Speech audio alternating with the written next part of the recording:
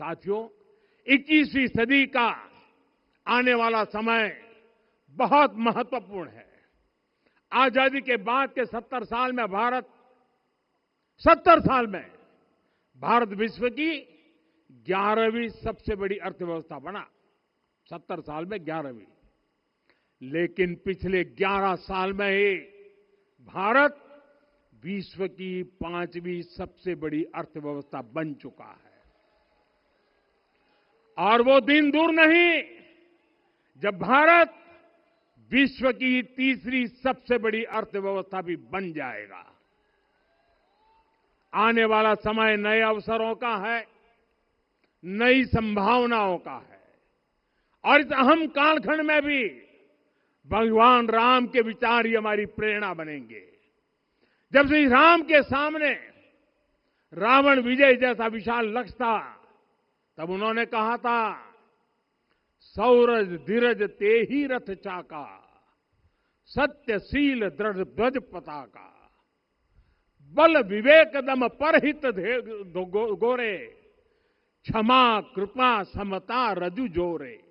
यानी रावण पर विजय पाने के लिए जो रथ चाहिए, शौर्य और धैर्य उसके पहिए हैं, उसकी ध्वजा सत्य और अच्छे आचरण की है, बल विवेक संयम और परोपकार इस रथ के घोड़े हैं, लगाम के रूप में क्षमा दया और समता है जो रथ को सही दिशा में रखते हैं।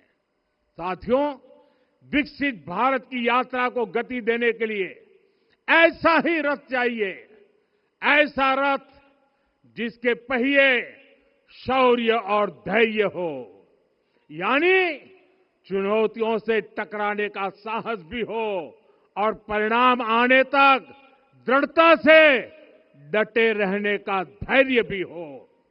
ऐसा रथ जिसकी ध्वजा सत्य और सर्वोच्च आचरण हो, यानी नीति नियत और नैतिकता से समझौता कभी न हो।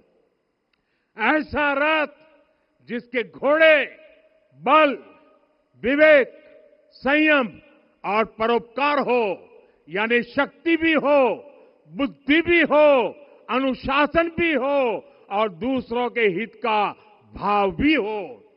ऐसा रथ जिसकी लगाम क्षमा करुणा और संभाव हो, यानी जहां सफलता का अहंकार नहीं और असफलता में भी दूसरों के प्रति सम्मान बना रहे।